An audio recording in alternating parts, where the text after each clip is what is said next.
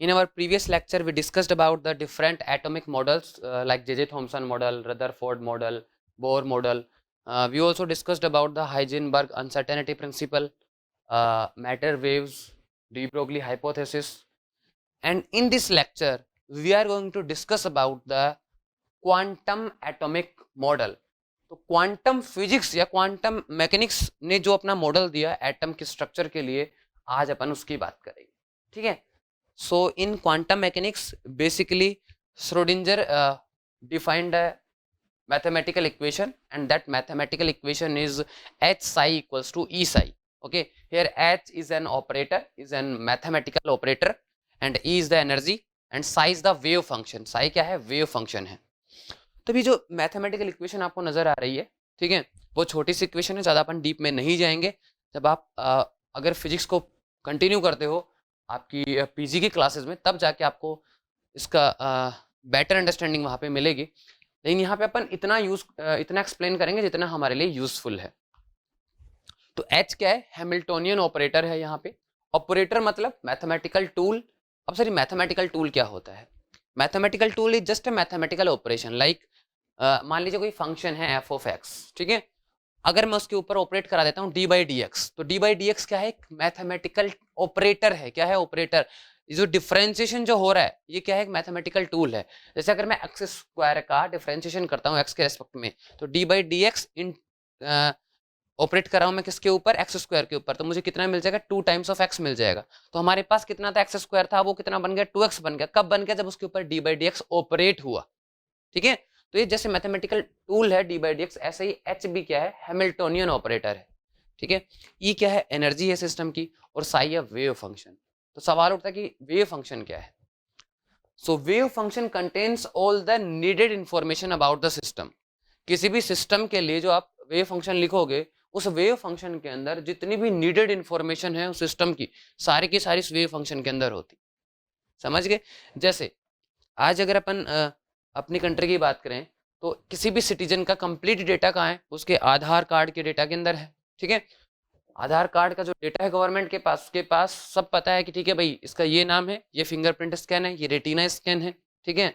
इसका एड्रेस ये है. ठीक है. अब क्योंकि पैन कार्ड भी लिंक कर दिया, बैंक अकाउंट सब कुछ लिंक कर दिया, मतलब our government knows everything about every citizen. हर सिटीजन के बारे में उसको सब पता है, क्योंकि पूरा का पूरा डेटा उनके पास है.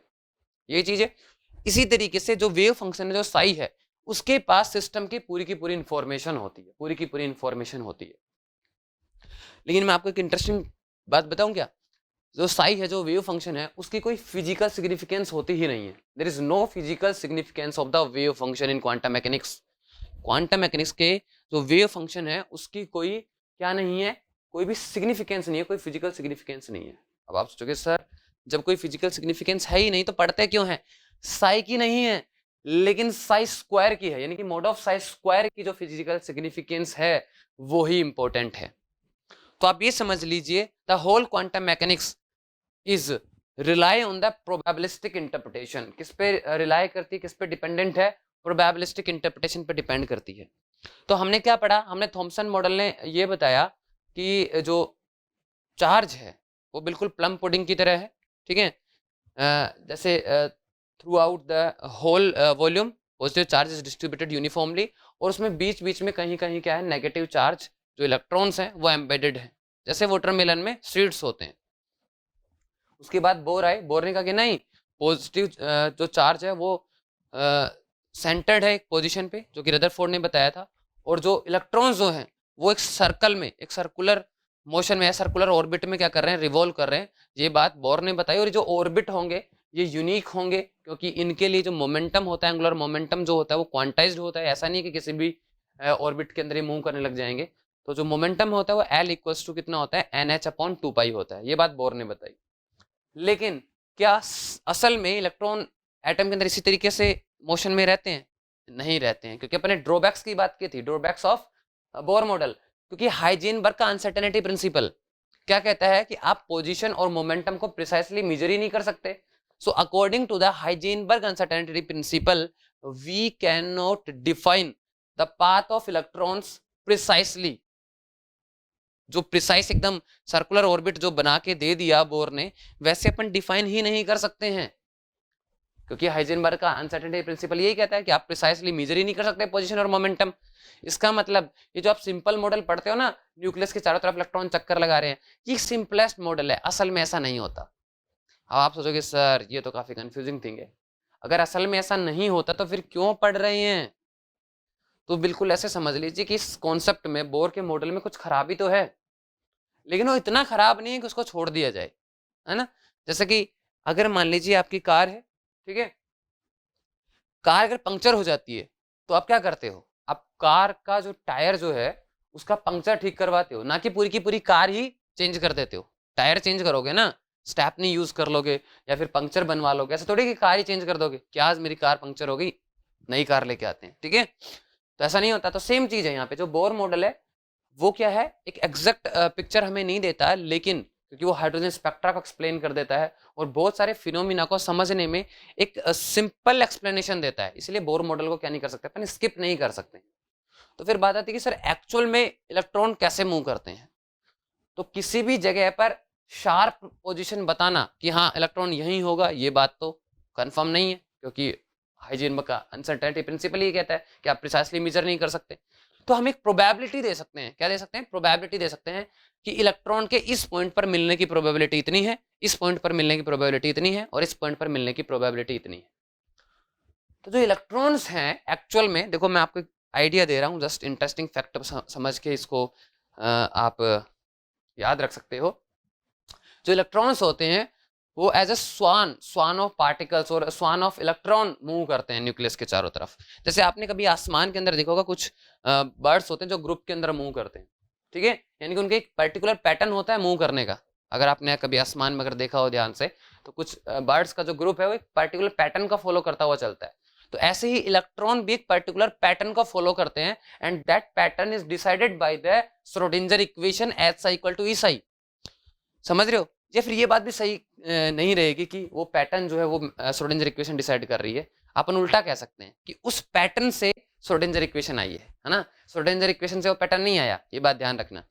तो श्रोडिंजर ने जो इक्वेशन दी, उस इक्वेशन के अकॉर्डिंग जो है इलेक्ट्रॉन क्या कर रहे होते हैं, मूव कर रहे थे। एक स्वान का मतलब है गुच्छा, जैसे आपका अंगूर का गुच्छा जैसे आपने सुना होगा ना, तो उस तरीके से बंच ऑफ ग्रेप्स, बंच भी यूज कर सकते हो आप या स्वान यूज कर सकते हो। इलेक्ट्रॉन एज ए स्वान जो है मूव करते रहते हैं, जैसे बहुत सारे बर्ड्स एक रेगुलर पैटर्न के अंदर मूव करते रहते हैं, बिल्कुल वैसे। और एक प्रिसाइज पोजीशन बता नहीं सकते, तो अपन प्रोबेबिलिटी बताते हैं कि इस पोजीशन पर मिलने की प्रोबेबिलिटी इतनी है, ठीक है। आप कहोगे सर ये क्या मतलब हुआ, प्रोबेबिलिटी बता रहे हैं, एग्जैक्ट हमें पता ही नहीं है। यस बिल्कुल, हमें एग्जैक्ट नहीं पता होता। तो इसको समझने के लिए मैं आपको एक सिंपल सा एग्जांपल दे देता हूँ। जैसे मान लीजिए आपका एक दोस्त, उस दोस्त के घर पर मान लीजिए 4 रूम्स हैं, ठीक है। एक रूम उसके मम्मी पापा का है, ठीक है, एक रूम उसके दादा दादी के लिए है, ठीक है, एक रूम उसके भाई का है, एक रूम उसका खुद का है, ठीक है, एक किचन भी है मान लो, ठीक है। तो अगर रात के 12 बज रहे हैं, रात के 12 बज रहे हैं, तो क्या आप ये बता सकते हो कि आपका दोस्त उन चारों रूम में से किस में मिलेगा? आपको कि हाँ अगर रात के 12 बज रहे हैं तो वो अपने रूम में ही सो रहा होगा, ठीक है।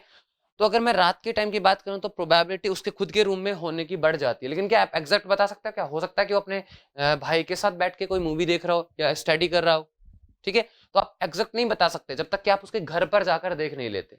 तो बिल्कुल ऐसा ही है यहाँ पे इलेक्ट्रॉन्स के साथ, ठीक है। तो इलेक्ट्रॉन कहाँ मिलेगा इसकी सिर्फ प्रोबेबिलिटी बताई जा सकती है कि हाँ, इस लोकेशन पर मिलने की प्रोबेबिलिटी इतनी है। तो जैसे आपके दोस्त का खुद घर पर खुद के रूम में मिलने की प्रोबेबिलिटी सबसे ज्यादा होगी, और अगर पापा स्ट्रिक्ट हैं तो पापा के रूम में मिलने की प्रोबेबिलिटी सबसे कम हो जाएगी, हाँ, किचन में मिलने की प्रोबेबिलिटी और भी कम हो जाएगी, ठीक है। तो इस तरीके से इलेक्ट्रॉन्स की हम सिर्फ पोजीशन के लिए प्रोबेबिलिटी बता सकते हैं कि यहाँ मिलने की प्रोबेबिलिटी इतनी है। प्रोबेबिलिस्टिक इंटरप्रिटेशन पे चलता है अपना जो क्वांटम एटॉमिक मॉडल है। क्लियर है? ठीक है। तो श्रोडिंजर ने अपनी इक्वेशन दे दी H इक्वल टू E, और ये जो मैथमेटिकल इक्वेशन है ये ही बताती है किसको, पाथ ऑफ द इलेक्ट्रॉन्स को अराउंड द न्यूक्लियस। लेकिन अब हम धीरे धीरे अपन आगे बढ़ते हैं और बात करते हैं क्वांटम एटॉमिक मॉडल के अंदर और क्या क्या चीजें आएंगी। So in quantum atomic model basically there are 4 quantum numbers N, L, ML and MS। तो सबसे पहले अपन बात करते हैं N। So the quantum number N is also known as a principal quantum number, and it decide the shell in the atom. Okay, so for n equal to 1 there is a first shell, for n equals to 2 there is a second shell, for n equal to 3 there is a third shell. ठीक है, तो जो principal quantum number है वो किसको बताता है? Shell को बताता है कि कितनी शेल हैं। इसके अलावा क्या बताता है? Principal quantum number decide the energy of that energy level और एनर्जी ऑफ दैट शेल।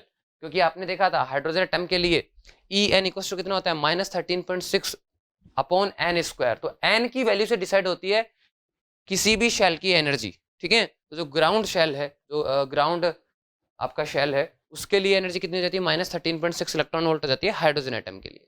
ठीक है, ऐसे ही फर्स्ट के लिए एन इक्वल टू 2 रखोगे, फर्स्ट एक्साइटेड शेल के लिए, फर्स्ट एक्साइटेड स्टेट के लिए, तो वहां पे आपके पास एनर्जी कितनी आ जाएगी? -3.9 इलेक्ट्रॉन वोल्ट आ जाएगी। तो आप ये कह सकते हो कि principal quantum number N decide the energy and number of shell. ठीक है, ओके। उसके बाद अपन नेक्स्ट आते हैं किसके ऊपर? एल के ऊपर। तो L is azimuthal quantum number and it decide the angular momentum of the electron in any shell, and it also decide the number of subshell in any cell। Number of सब cell को decide करता है, समझ रहे हो? इनके एक shell के अंदर भी सब सेल होते हैं। जैसे मान लीजिए एक बिल्डिंग है, तो ग्राउंड फ्लोर के अंदर भी 4 रूम हो सकते हैं, फर्स्ट फ्लोर के अंदर 4 रूम हो सकते हैं या 3 हो सकते हैं, सेकंड फ्लोर के ऊपर वापस 2 रूम हो सकते हैं। तो एक ही लेवल पे अलग अलग रूम हो सकते हैं। वैसे ही एक शेल के अंदर सब सेल होते हैं। तो एल क्या करता है? सब सेल को डिसाइड करता है। क्या करता है?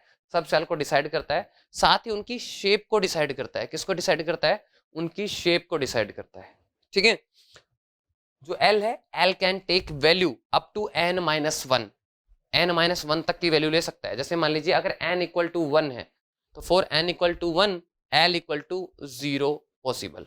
ठीक है, but for n equals to 2 l equal to 0 and 1 are possible. 2 value possible हो गई। अगर n इक्वल टू 3 है तो l equal to 0, 1 and 2 are possible. ठीक है, तो जैसे जैसे n की वैल्यू बढ़ रही है वैसे वैसे पॉसिबल नंबर ऑफ l भी बढ़ता जा रहा है। तो जब n इक्वल टू 1 है तो l इक्वल टू सिर्फ एक हो सकता है 0। इसका मतलब n इक्वल टू 1 वाला जो सेल है उसमें सब सेल कितना होगा? एक ही होगा। लेकिन जब n इक्वल टू 2 हो गया तो l इक्वल टू 0 और 1 हो रहा है, तो कितने सब सेल हो गए? 2 सब सेल हो गए। तो n इक्वल टू 2 वाला जो शेल है उसके अंदर कितने सब सेल हो जाएंगे? 2 सब सेल हो जाएंगे। ठीक है, ऐसे ही n इक्वल टू 3 वाले में l 0, 1, 2 हो जाएगा, तो कितने सब सेल हो गए इसके अंदर? 3 सब सेल हो गए। तो जैसे जैसे n की वैल्यू बढ़ेगी l की वैल्यू बढ़ती जाएगी, नंबर ऑफ सब सेल की वैल्यू जो है बढ़ती चली जाएगी। ठीक है, तो अपन बात करें फर्स्ट सेल के लिए अपन के टर्म यूज करते हैं बेसिकली। तो के अंदर n की वैल्यू कितनी हो गई? 1 हो गई। ठीक है, l की वैल्यू 0 हो गई, तो सब सेल कितना हो गया? सिर्फ 1 हो गया। तो l इक्वल टू 0 के जो कोरस्पॉन्डिंग जो हमें शेल मिलता है वो कौन सा मिल जाता है हमारे पास? s मिल जाता है। क्या मिल जाता है? s मिल जाता है। ठीक है, और उसके बाद अगर अपन n इक्वल टू 2 की बात करते हैं, ठीक है, n इक्वल टू 2 के लिए l की वैल्यू कितनी हो जाएगी? 0 एंड 1 हो जाएगी। तो यहाँ पे n इक्वल टू 2 के लिए कितने सब सेल हो गए? 2 हो गए। एक l इक्वल टू 0 के कोरस्पॉन्डिंग, तो 0 के कोरस्पॉन्डिंग s आ जाता है, s सब सेल आ जाता है, और l इक्वल टू 1 के कोरस्पॉन्डिंग p सब सेल आ जाता है। ठीक है, इसी तरीके से n इक्वल टू 3 में जाओगे तो l इक्वल टू 0, 1, 2 हो सकता है। तो 0 के corresponding l equal to 0 corresponding s आ जाएगा, l इक्वल टू 1 के कोरस्पॉन्डिंग p आ जाएगा, और l इक्वल्स टू 2 के कोरस्पॉन्डिंग क्या आ जाएगा? डी ऑर्बिटल आ जाएगा, या फिर डी सब सेल आ जाएगा। ठीक है, उसके बाद अपन किसकी बात करते हैं? n equal to 4। तो अगर n इक्वल टू 4 है तो l इक्वल टू 0, 1, 2, 3 कितनी वैल्यू ले सकता है? तो 0 के कोरस्पॉन्डिंग s, 1 के कोरस्पॉन्डिंग p आ जाएगा, 2 के कोरस्पॉन्डिंग d आ जाएगा, और 3 के कोरस्पॉन्डिंग f आ जाएगा। इस तरीके से जैसे जैसे l की वैल्यू बढ़ती जाती है जो सब सेल है वो बढ़ते चले जाएंगे। ठीक है, उसके बाद नेक्स्ट हमारे पास आता है मैग्नेटिक क्वांटम नंबर, और you can say orbital magnetic quantum number. ठीक है, and that is denoted by m subscript l। So m subscript l can take values 2l plus 1। कितनी वैल्यू ले सकता है? 2l प्लस 1 वैल्यूज ले सकता है। It take value from -l to +l, -l से लेके +l तक वैल्यू लेता है। जैसे मान लीजिए अगर n इक्वल्स टू 2 है, n इक्वल्स टू 2 है, तो l इक्वल टू 0 हो सकता है और 1 हो सकता है। अब l इक्वल टू 0 के लिए ml कितना हो जाएगा? सिर्फ 0 ही होगा। लेकिन l इक्वल टू 1 के लिए ml की वैल्यू कितनी हो जाएंगी? -1, 0, +1, कि -l से +l तक वैल्यू ले सकता है ये। तो -1, 0, +1, ऐसे अगर n इक्वल टू हमारा कितना हो जाता है 3 हो जाता है, तो l कितना हो जाएगा 0 1 एंड 2, तो 0 1 का अपन पढ़ चुके हैं, l इक्वल टू 2 के कोरस्पॉन्डिंग ml कितने हो जाएंगे -2 -1 0 +1 एंड +2, यानी कि ml कितनी वैल्यू ले रहा है 5 वैल्यूज ले रहा है। ये l कितना आपका 2 है, तो फॉर्मूला क्या था 2l + 1, तो 2 टाइम्स 2 4 हो जाएगा, +1 5 हो जाएगा। तो अगर l इक्वल्स टू 2 है तो ml कितने आ गए 5 वैल्यूज आ गए। ठीक है, अब ये क्या डिसाइड करता है, ml decide the shape of subshell और शेप ऑफ ऑर्बिटल्स।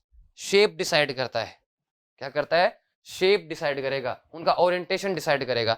आप ये कह सकते हैं कि जो L है वो L जो है डिसाइड कर देता है शेप को, ML जो है ओरिएंटेशन को डिसाइड करता है कि जो शेप होगी वो किस एक्सेस के अलोंग होगी या किस तरीके से ओरिएंटेड होगी। ठीक है भाई, एक्स एक्सेस के अलोंग ओरिएंटेड है, एक्स वाई प्लेन में ओरिएंटेड है, वाई जेड प्लेन में ओरिएंटेड है।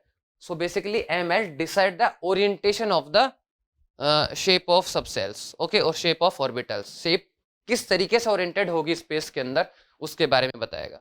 ठीक है, सबसे लास्ट में हमारे पास आ जाता है spin quantum number, that is MS। क्या जाता है, स्पिन क्वांटम नंबर। तो ये देखा गया कि जो इलेक्ट्रॉन है, जो सब एटॉमिक पार्टिकल्स है, उनके पास चार्ज और मास इंट्रिंसिक प्रॉपर्टी नहीं है, बल्कि उनके पास क्या होती है, एक इंट्रिंसिक स्पिन भी होती है। सो electron doesn't only revolve around the nucleus, but it also revolve around its own axis like Earth does on its own axis। जैसे अर्थ, अपनी जो अर्थ है वो अपनी एक्सिस के अबाउट रोटेट होती रहती है, घूमती रहती है, स्पिन करती है, वैसे ही इलेक्ट्रॉन भी अपने एक्सिस के अबाउट क्या करता है, स्पिन कर सकता है। क्या कर सकता है, स्पिन कर सकता है। तो यहाँ से स्पिन से यहाँ पे हमारे पास क्या आता है, स्पिन क्वांटम नंबर आता है। अब इलेक्ट्रॉन की जो स्पिन है वो दो स्टेट हो सकती है, spin up state and spin down state. या फिर आप कह सकते हो जो स्पिन का जो डायरेक्शन है वो तो या तो एंटी क्लॉकवाइज हो सकता है, एंटी क्लॉकवाइज हो सकता है इलेक्ट्रॉन का स्पिन, या फिर क्लॉकवाइज हो सकता है। ठीक है, तो दो स्टेट हो सकती हैं इलेक्ट्रॉन के स्पिन के लिए, एंटी क्लॉकवाइज और क्लॉकवाइज, और you can write spin up और स्पिन डाउन। ठीक है, तो यहाँ से इलेक्ट्रॉन के लिए MS की वैल्यू कितनी आ जाती है, +12 and -12, +12 for the up state and -12 for the spin down state. Clear है, तो यहाँ पे हमने चार जो क्वांटम नंबर्स हैं N, L, ML और MS पढ़ लिए हैं, and decide the energy of orbitals और shells. L decides shape of the orbits or subcells and also decide the number of subcell in any cell. ML decide the orientation of the subcells in space, okay, and MS decide the spin of the electron. It may be either clockwise or anti-clockwise. Clear है, तो next lecture में अपन बात करेंगे shape of orbitals की, किनकी shape कैसी होगी और शेप किस तरीके से डिसाइड होगी। यहाँ पे अपने ये तो देख लिया कि शेप को डिसाइड कौन करेगा, L डिसाइड करेगा, उनके ओरिएंटेशन को डिसाइड कौन करेगा, ML डिसाइड करेगा। लेकिन जो हमारे पास ऑर्बिटल्स आए हैं S, P, D and F, उनकी शेप कैसी होगी और उनका ओरिएंटेशन कैसा होगा, ये हम अपने नेक्स्ट लेक्चर में बात करेंगे। तब तक के लिए स्टे सेफ, टेक केयर।